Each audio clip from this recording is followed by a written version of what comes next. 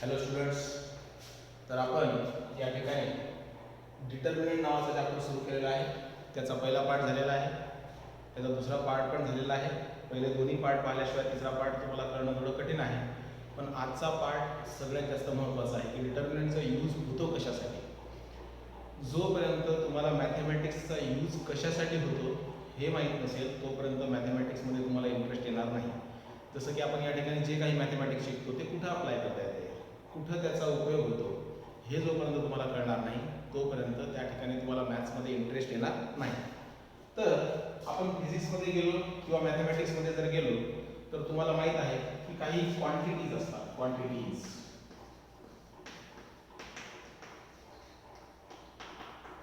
Quantity म्हणजे काय? Anything which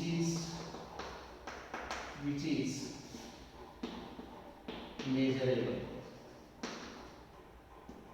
is called as quantity.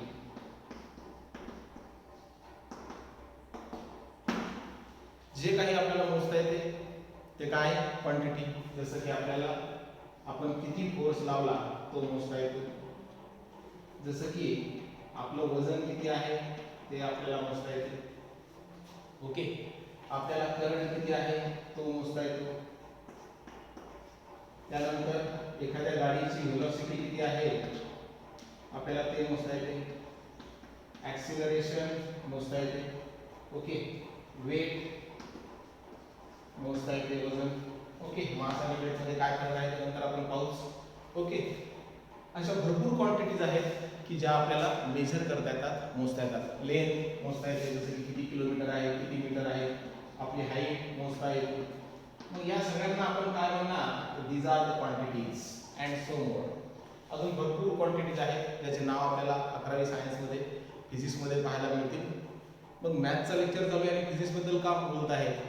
तर मॅथ्सचा उपयोग फिजिक्समध्ये केला जातो, केमिस्ट्रीमध्ये केला जातो. सगळ्या सब्जेक्टमध्ये कुठे ना कुठे थोड्याफार प्रमाणात किंवा जास्त प्रमाणात मॅथमॅटिक्सचा उपयोग होतोच. त्यामुळे मॅथ्स आलं तरच त्या ठिकाणी तुम्हाला काहीतरी येईल. Okay, mathematics is the father of science, सगळ्यात महत्त्वाचा विषय. ओके, मला ह्या ज्या क्वांटिटीज आहेत ह्या कशा असू शकतात? तर ह्या कॉन्स्टंट असू शकतात. मला कॉन्स्टंट म्हणजे काय? द क्वांटिटी whose value, तिची किंमत, whose value do not changes with time and surrounding is called as constant.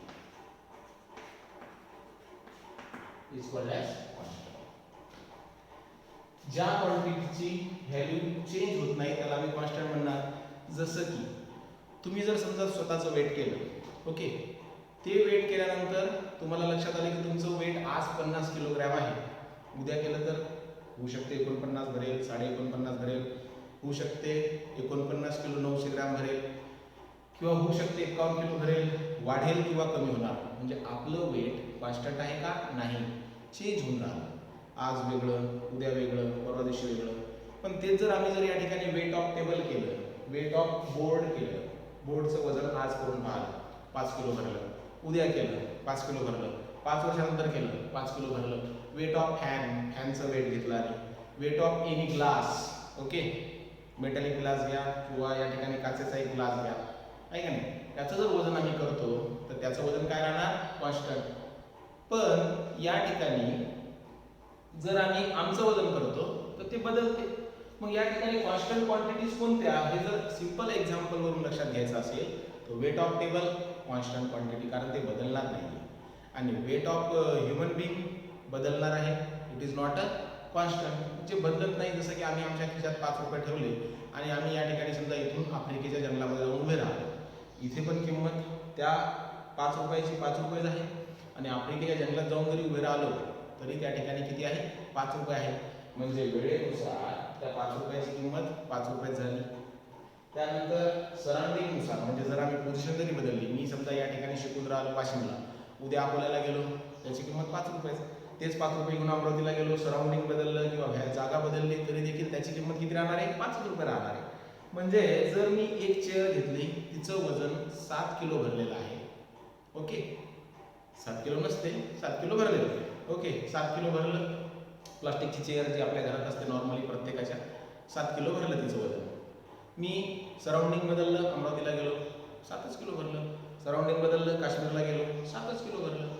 Okay, surrounding बदललं तरी 7 किलो आणि टाइम जरी बदलला, आज 11 वाजता या चेअरचं वजन 7 किलो आहे, उद्या 12 वाजता 7 किलो. वेळ बदलला तरी त्याचं वजन काय? 7 किलो. मग अशा क्वांटिटीज की ज्याचं सराउंडिंग आणि वेळेनुसार व्हॅल्यू म्हणजे किंमत बदलत नाही, do not changes, is called as काय? इज कॉल्ड ॲज काय? Constant.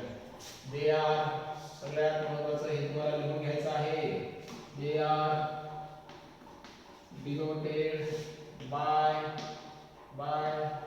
A, B, C dash up to K. Generally mathematics किंवा फिजिक्स मध्ये येणारे सगळे constant A, B, C, D, E, F, G, H, I, J, K पर्यंत generally denote केल्या जातात.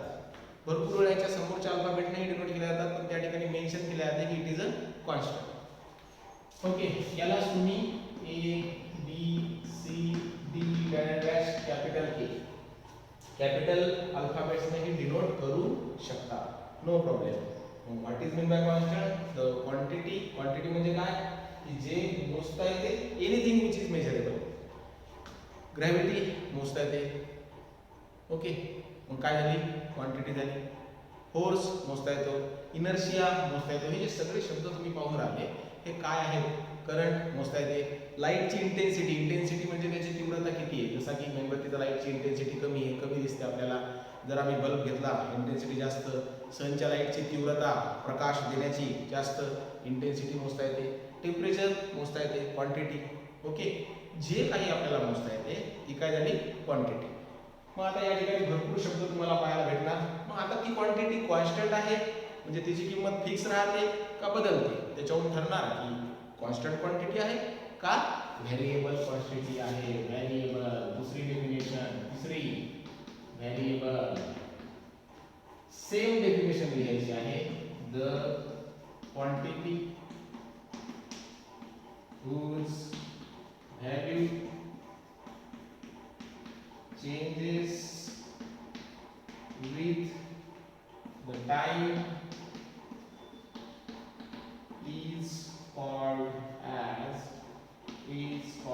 as variable. With time and surrounding लिहू शकतो आपण. With time and surrounding. With time and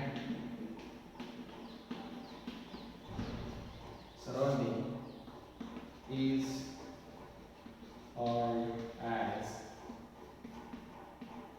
variable quantity. ज्याची किंमत बदलते त्याला आम्ही व्हेरिएबल क्वांटिटी म्हणतात. जसं की आम्ही या ठिकाणी समजा माझं वजन आहे ते मी या ठिकाणी मेजर करून राहिलो आता 11 वाजता किंवा 70 किलो भरलं.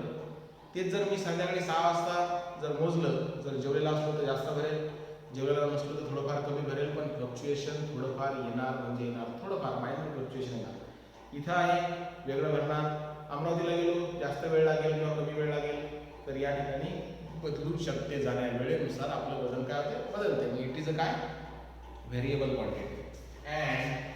and variables are denoted by small x, y, z, t. It is denoted by, it is, हे व्यवस्थित जसं जसं लिहून घ्यायचं तुम्हाला. डिनोटेड बाय, जे झालेलं आहे ते परफेक्ट करायचं आहे. x, capital X, y, z, t. त्यामुळे तुम्हाला कुठेही आता समजा ABCD आलं मॅथ्स मध्ये, कॉन्स्टंट पकडायचं. x y z आलं ते व्हेरिएबल पकडायचं. जसं की प्रत्येक प्रॉब्लेम मध्ये x ची किंमत काय होणार? बदलणार. मग ते काय झालं? व्हेरिएबल झालं. तर या ठिकाणी quantity, anything which is measurable. Constant, the quantity whose value do not changes remains the same. The what is meant by variable? The quantity whose value changes with time and surrounding is called as variable. Very होणे म्हणजे बदलणे, change करणे. Video pause करायचा आहे आणि या सगळ्या गोष्टी तुम्हाला लिहून घ्यायच्या आहेत. त्यानंतर सगळ्यात महत्त्वाची इक्वेशन म्हणजे काय? Equation, the combination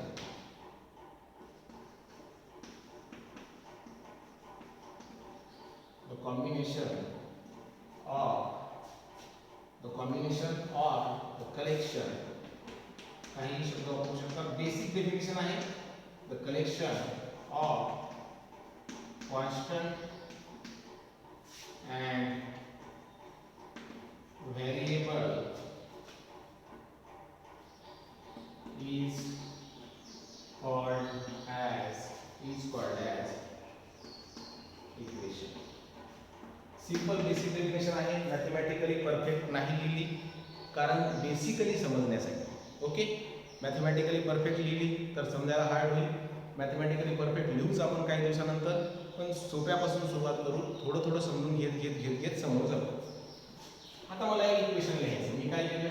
x plus y is equal to 3 constant. Okay, अजून याला परफेक्ट करण्याचा प्रयत्न करू थोडासा. With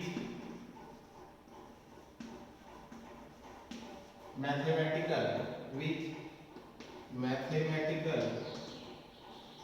operators. ऑपरेटर म्हणजे काय? Operators is called as equation. आता ऑपरेटर म्हणजे काय? जे आपण समजा या ठिकाणी ऍडिशन करणार, it is operator. Okay, minus, multiplication, division. Okay, हे सगळेच्या सगळे ऑपरेटर आहेत की जे आम्ही ऑपरेट करतो. जसं की 2 + 3. तर मग मी म्हटलं याची किंमत काढा. तू म्हणसाल काय किंमत काढणार याची, कशी काढणार? याच्यामध्ये साइन लिहा. मग मी लिहिलं प्लस. प्लस इज ऑपरेटर आणि आता आम्ही ऑपरेशन करणार ऍडिशन. ओके, मग या ठिकाणी प्लस, मायनस, मल्टिप्लिकेशन, डिव्हिजन हे काय तर ऑपरेटर आहे मॅथमॅटिक्स मध्ये. लक्षात ठेवा, मी जे काही बोलतो ते फक्त व्यवस्थित लक्षात ठेवायचं आहे तुम्हाला. मग आता या ठिकाणी मी एक इक्वेशन लिहिलं, x + y = 3 operator addition. Okay, मग या ठिकाणी काय झालं आता की x व्हेरिएबल आहे, y व्हेरिएबल आहे.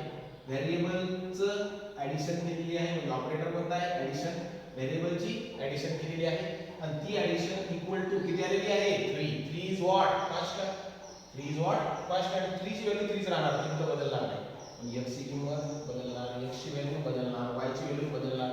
x, y, z ह्या सगळ्या ज्या गोष्टी आहेत, ओके, ह्या काय होत राहणार? बदलत राहणार.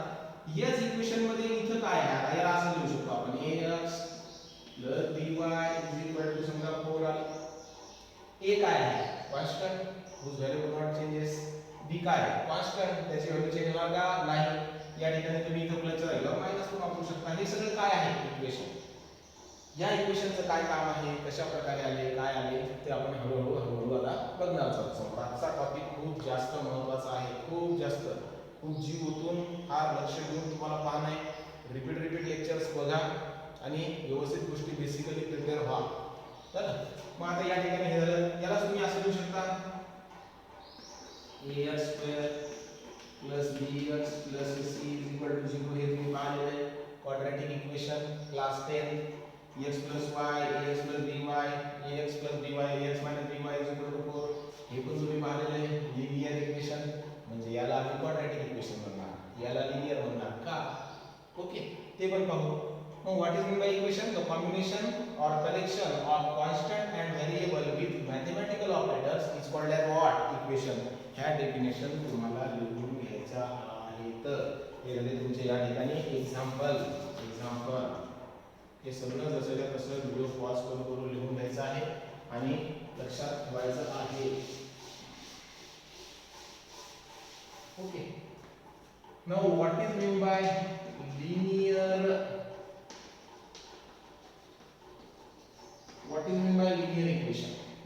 Linear equation types of equation मध्ये बेसिक लिनियर इक्वेशन. आता सध्या पुढे आपण दोनच टॉपिक पाहू. तीन कंसात लिनियर इक्वेशन. The equation असं इक्वेशन in which ज्यामध्ये the power of variable is 1. The power of variable is 1. किंवा तुम्ही असंही शब्द इथे टाकू शकता, the maximum power of variable is 1 is called as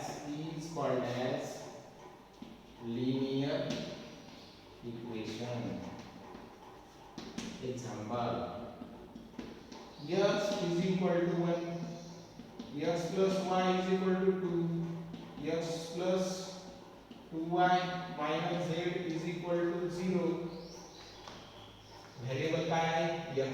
maximum power काय आहे दिसून नाही राहिला. मॅक्झिमम पॉवर दिसत नाही म्हणजे आहे 1. पॉवर दिसला नाही म्हणजे 1. तुम्ही असं नाही म्हणू शकत की सर एक व्हेरिएबल आहे x, मग मी म्हटलं याचा पॉवर सांगा, तुम्ही म्हणाल सर दिसत नाही म्हणजे 0. नाही, दिसत नाही म्हणजे किती आहे 1. 0 जर असेल, कोण्याही संख्येचा पॉवर 0 असेल तर उत्तर काय ते 1. कोण्याही संख्येचा पॉवर जर समजा 0 असेल तर उत्तर काय ते 1. पण या ठिकाणी जर मी फक्त x लिहितो तर मात्र या ठिकाणी काय आहे याचा पॉवर 1 आहे. ओके, मग आता या ठिकाणी काय झालं, x 2y z व्हॉट 0. मॅथेमॅटिक्सचे जे बेसिकचे लेक्चर घेतलेले आहेत 4, ते तुम्हाला सगळ्यांना पाहायचे आहेत. असं समजायचं आहे की मला मॅथेमॅटिक्सचं म पण येत नाही, ओके, मला गणिताचा ग पण येत नाही, असं समजून तुम्हाला मॅथची सुरुवात करावी लागणार. आणि आपल्या ॲप्लिकेशनवर फ्री कंटेंटमध्ये जे बेसिक मॅथचे व्हिडिओ दिलेले आहेत ते तुम्हाला पाहायचे आहेत. त्या सगळा डाटा व्यवस्थित लिहून घ्यायचा आहे. त्यानंतर डिटर्मिनंटचा पहिला लेक्चर, डिटर्मिनंटचा दुसरा लेक्चर आणि आजचा डिटर्मिनंटचा तिसरा लेक्चर, की जो भरपूर मोठा राहणार आहे, तो आपल्याला पाहायचा आहे. मग x plus y is equal to 2, x plus 2y minus z is equal to 0. Okay, मग आता या ठिकाणी पहा, x ची व्हॅल्यू, x चा पॉवर मॅक्सिमम 1, x चा पॉवर मॅक्सिमम 1, y चा पॉवर 1. ओके, x चा पॉवर 1, y चा पॉवर 1, z चा पॉवर 1. मग असे जे इक्वेशन राहणार ज्यामध्ये व्हेरिएबलचा मॅक्सिमम पॉवर किती राहणार 1, त्याला आपण कोणतं इक्वेशन म्हणणार, लिनियर इक्वेशन. ओके, मग आता अजून कोणते इक्वेशनचे प्रकार आहेत का? यस आहेत, 100% आहेत. मग कोणते आहेत, तर या ठिकाणी number 2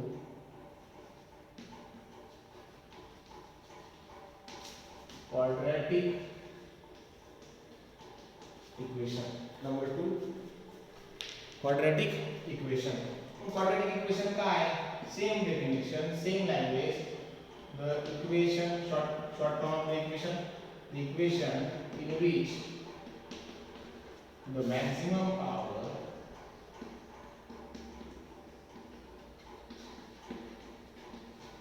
of variable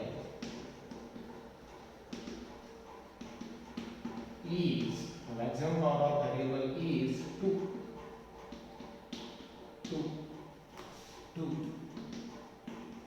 is called as quadratic equation. Equation काय आहे तुम्हाला माहित झालं, हे माहित पाहिजे. आता इक्वेशन शब्दाला तुम्हाला लक्षात आहे, collection of variable and constants with the operator, mathematical operator. कोणते mathematical operator, plus minus multiplication division equal to, अजून भरपूर येणार, डेरिव्हेटिव्ह येणार, इंटिग्रेशन येणार. आता अर्जंट ऑपरेटर येणार समोर चालू, डेरिव्हेटिव्ह. त्यानंतर असं एक ऑपरेटर येणार इंटिग्रेशन. ओके, असं एक ऑपरेटर येणार समेशन. दहावीमध्ये झालेलं आहे समेशन.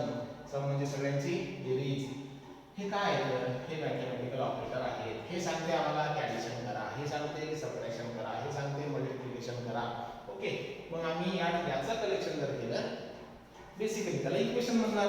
मग इक्वेशनचे प्रकार, इक्वेशनचे टाइप्स, लिनियर इक्वेशन, व्हेरिएबलचा पॉवर जास्तीत जास्त 1 पेक्षा जास्त नाही. ओके, त्यानंतर क्वाड्रॅटिक इक्वेशन, मॅक्सिमम पॉवर किती 2. जसं की एक्झाम्पल लिहून घ्यायचे तुम्हाला, x square is equal to 0 किंवा x square plus y is equal to 2,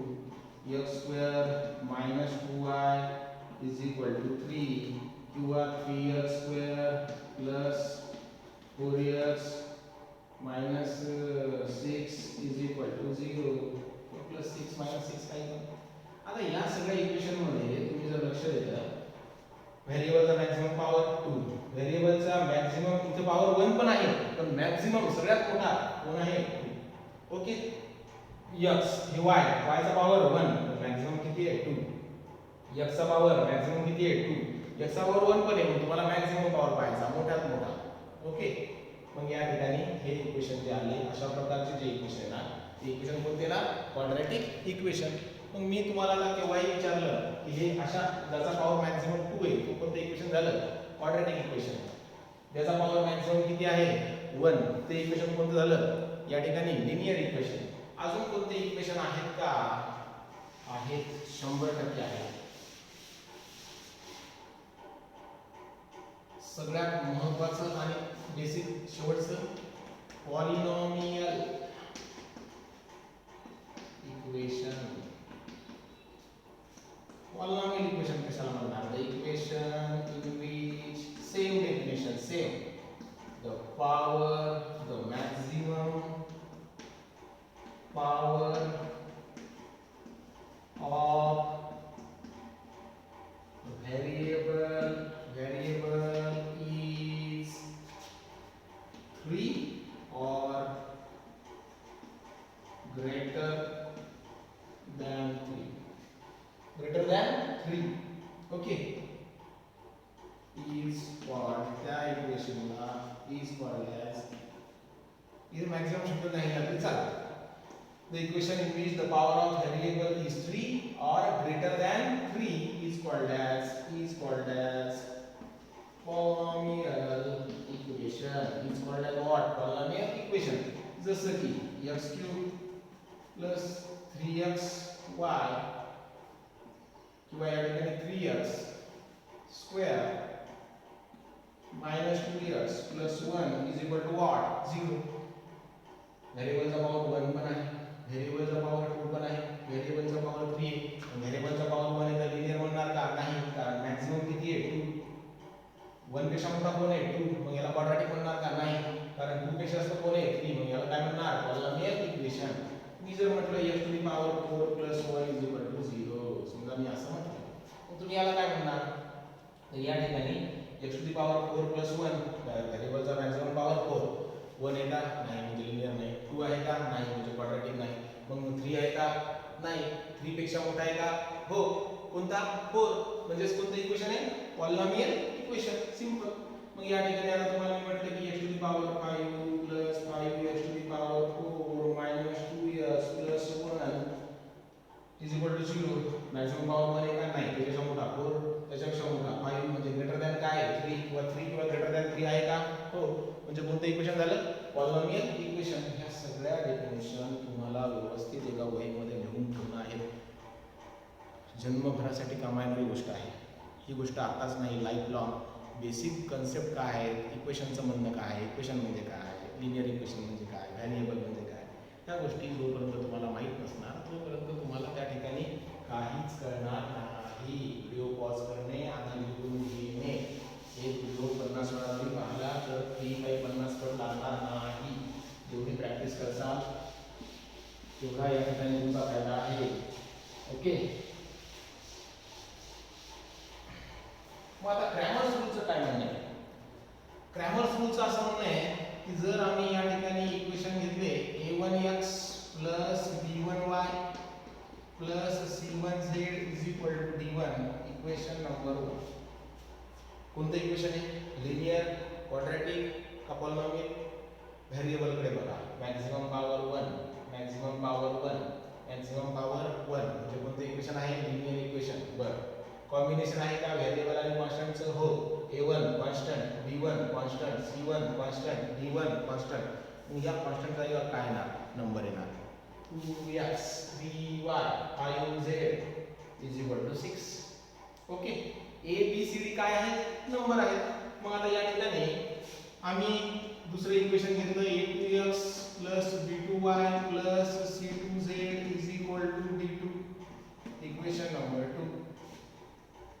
a3x plus b3y plus c3z is equal to d3. मग या ठिकाणी इक्वेशन किती आहेत? 3.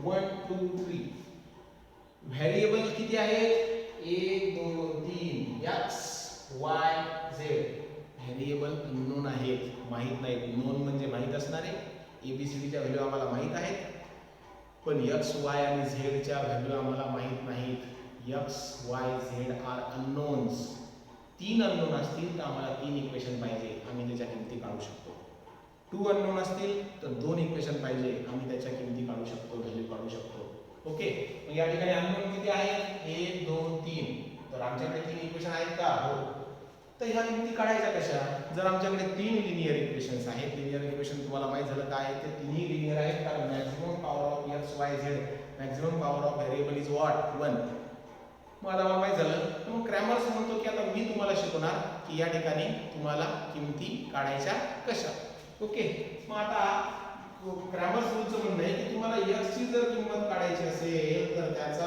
फॉर्म्युला आहे dx/d जर तुम्हाला y ची किंमत काढायची आहे तर त्याचा फॉर्म्युला आहे dy/d कॅपिटल जर तुम्हाला z ची किंमत काढायची आहे तर तुम्ही dz/d घ्या ओके मग आता मी घेणार झालं मग आता यामध्ये x ची किंमत dx/d y ची किंमत dy/d z ची किंमत dz/d d च्या बेसला z लिहायचा d च्या बेसला y लिहायचा म्हणजे असा d लिहिला x छोटा लिहायचा बेसला म्हणजे या ठिकाणी x ची किंमत काढताना dx/d घ्यायचा y ची किंमत काढताना dy/d घ्यायचा z ची किंमत काढताना dz/d घ्यायचा बाय क्रॅमर्स रूल therefore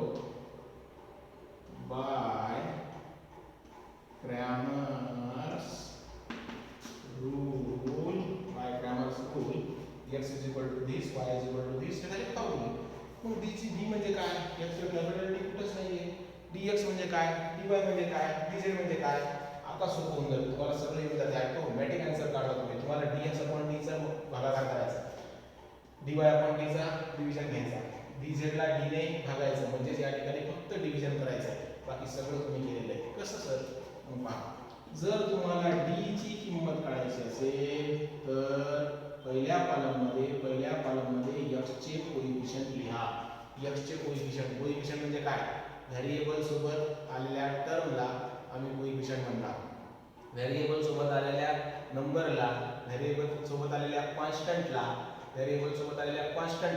आम्ही कोएफिशिएंट म्हणणार व्हेरिएबल सोबत a1 आला कोएफिशिएंट y चा कोएफिशिएंट b1 z चा कोएफिशिएंट c1 मग x चे कोएफिशिएंट लिहिणार पहिल्या कॉलम मध्ये काय उभा a1 a2 a3 ओके हे झाला पहिला कॉलम दुसऱ्या कॉलम मध्ये y चे लिहायचे y चे b1 b2 b3 प्लस असतील प्लस लिहायचे मायनस असतील मायनस लिहायचे तिसऱ्या कॉलम मध्ये काय लिहायचं c1 c2 c3 d ची किंमत काढायची कशी काढायची आम्ही डिटरमिनंट शिकलेलो आहे ओके पहिला लेक्चर पहा डिटरमिनंट शिकलो दुसरा लेक्चर पहा डिटरमिनंट शिकलो ओके त्यामध्ये आम्हाला प्रॉब्लेम कसे तयार करायचे माहित आहे ओके तरी याचा एक प्रॉब्लेम आपण घेऊ काही प्रॉब्लेम नाही पण आता सध्या लक्ष द्या चल मग या ठिकाणी d a1 a2 a3 b1 b2 b3 पहिला कॉलम दुसरा कॉलम तिसरा कॉलम जे मुलं नवीन लेक्चर बघत आहे डायरेक्ट बघायचं नाही पहिला दुसरा तिसरा लेक्चर पहिला दुसरा तिसरा अल्टरनेट बघितल्याशिवाय समजणार नाही पहिल्यापासून व्यवस्थित सुरू करा लिहून घ्या स्वतःच्या नोट्स काढा ओके मग आता काय तर या ठिकाणी पहा a1 b1 c1 आडवा रो पहिला रो आडवा रो दुसरा रो आडवा रो तिसरा रो किती तर 3 कॉलम पहिला उभा दुसरा उभा तिसरा उभा व्हर्टिकल असतात ते कॉलम असतात हॉरिझॉन्टल असतात ते रो असतात ओके मग आता d ची किंमत काय येणार कशी येणार तुम्हाला माहिती आहे कारण अशा प्रकारचा डिटरमिनंट तुम्हाला सॉल्व करता येतो किंमत काढायची d ची किंमत आली 3 लिहून टाकायचं ओके मग आता dx कसा काढायचा असंच लिहायचं पण dx काढताना x चे कोएफिशिएंट घ्यायचे नाही आम्ही x चे कोएफिशिएंट पहिल्या कॉलम मध्ये लिहिले होते ओके पहिल्या कॉलम मध्ये आता x चे कोएफिशिएंट लिहायचे नाही पण काय लिहायचं dx काढताना x च्या कोएफिशिएंटच्या जागेवर पहिल्या कॉलम मध्ये राइट हँड साइडची संख्या लिहायच्या म्हणजे dx काढताना d1 d2 d3 बाकी जसं तसं वायच्या कोएफिशियंट वायच्या जागेवर, झेडचे कोएफिशियंट झेडच्या जागेवर. काय बदललं हे चालू पहा. b1 b2 b3 आहे, c1 c2 c3 आहे. फक्त x dx काढायचा म्हणून a1 a2 a3 च्या जागेवर आम्हाला right hand साइडचा d1 d2 d3 लिहायची गरज पडली. dy काढताना काय करावं लागेल तुम्हाला काय वाटतं थोडासा विचार करा. काय करावं लागेल dy काढताना y च्या जागेवर y च्या टर्म लिहायच्या नाही, x च्या जागेवर x च्या लिहायच्या, z च्या जागेवर z च्या लिहायच्या. y च्या जागेवर काय लिहायचं x राईट हँड साइड म्हणजे x चे कोएफिशियंट इथे व्हायचे, x चे coefficient e1 e2 e3 y चे लिहायचे का नाही, त्या जागेवर काय लिहायचं d1 d2 d3. Okay z चे लिहायचे का हो जसच्या तसे c1 c2 c3. याच्या जागेवर काय येणार नंबर्स, याच्या जागेवर काय येणार नंबर्स. ओके मग आता मला लिहायचं आहे dz. मग dz काढायचा तर काय z च्या जागेवर z च्या टर्म लिहायचं नाही. मग काय करायचं परत इथं जायचं, या जागेवर x लिहायचं का हो, y च्या जागेवर y लिहायचं का हो, z च्या जागेवर z चे कोएफिशियंट लिहायचे का नाही. काय लिहायचं राईट हँड साइडला जे नंबर आले ते. मग या ठिकाणी काय झालं तर ग्रामर स्कूलचं म्हणणं आहे की तुम्हाला लिनियर इक्वेशन जर सॉल्व्ह करायचे असतील तर त्याचा एक बेस्ट फॉर्म्युला मी तुम्हाला दिला, सोप्यात सोपा प्रकार दिला. भाजी करायची त्याची एक प्रक्रिया असते, पोळ्या करायच्या त्याची एक प्रक्रिया असते. मग या ठिकाणी आम्हाला एक्स वाय झेडची किमती काढायच्या त्याची एक प्रक्रिया आहे. ती आम्हाला कोण शिकवली क्रॅमर्सचा नियम. ओके मग काय म्हणजे क्रॅमर्स की x ची किंमत काढायची तर dx ला d ने भागा, y ची किंमत काढायची तर dy ला d ने भागा, डिवाइड करा. भागणे म्हणजे डिवाइड करणे, मल्टिप्लाय करणे म्हणजे गुणणे. मराठी पण आलं पाहिजे, इंग्लिश पण आलं पाहिजे, दोन्ही चालवायचं. z ची किंमत dz अपॉन d. ओके सगळं काही शिकता आलं पाहिजे, सगळ्या लँग्वेजेस आल्या पाहिजे, मराठी हिंदी इंग्लिश तिन्ही पण. मग आता या ठिकाणी क्रॅमरचं म्हणणं आहे की जर तुम्हाला या ठिकाणी हे काढायचं असेल, ह्या व्हॅल्यू काढायच्या असतील तर आम्हाला अशा प्रकारे करावं लागेल. काय करावं लागेल d काढायचा, a1 लिहा, b1 लिहा, c1 म्हणजे x चे कोएफिशियंट लिहा, y चे कोएफिशियंट लिहा, z चे कोएफिशियंट लिहा.